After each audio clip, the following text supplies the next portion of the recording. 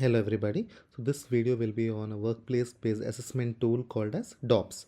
DOPS stands for Direct Observation of Procedural Skills. The challenge has been that recently medical education and other curriculums have shifted from your traditional to an outcome based model, and hence the previous existing forms of assessment may not be suitable to assess this outcome based model.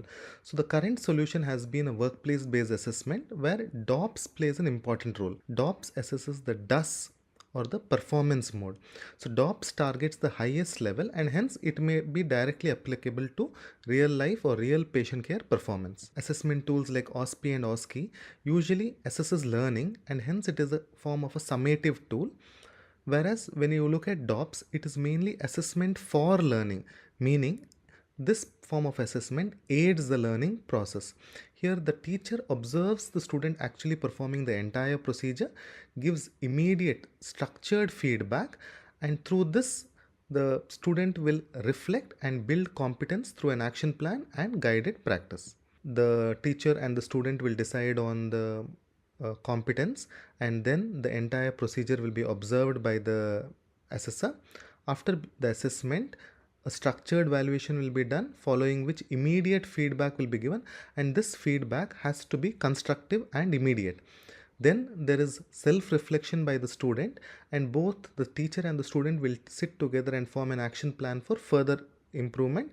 With this, the student will show an improved performance, and this cycle will go on. So the overall time limit that you can conduct this in is that you can have an initial briefing where you decide the competency in the first 2 minutes.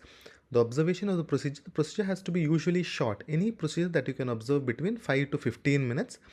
There must be a scoring, and the scoring should take place as the procedure is going on, and an additional 1 or 2 minutes can be dedicated to it, following which there is an immediate structured feedback which is for 5 to 10 minutes. So this is very crucial. Unlike your other forms of assessment, here feedback is more important than the assessment itself. There are various checklists already available on the internet, and you can modify them accordingly.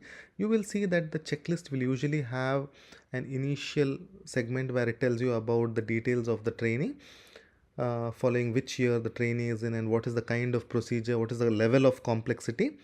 After which there is a scoring system, then there is an immediate feedback, and you have to comment. So anytime you give a student a score of 3 or below, you have to give your comments on why you are scoring him low. You have to grade the student whether it is satisfactory or not satisfactory. Feedback to the student, it is very important that the feedback is based on the task, process, self-regulation, and it should not be on his personal attributes. Thank you.